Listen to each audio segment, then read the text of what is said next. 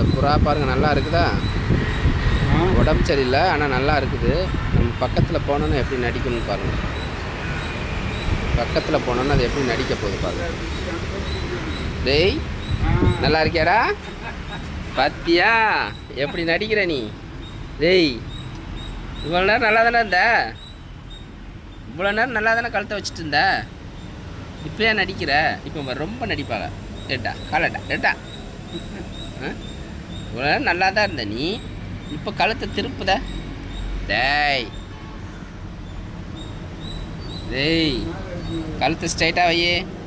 நீ நல்லா தான் இருந்த பார்த்தேன், கழுத்து ஸ்ட்ரைட்டாக வை. பாரு, அப்படியே நடிப்பார், உடனே அப்படியே கழுத்துலாம் கீழே போயிடுவார்.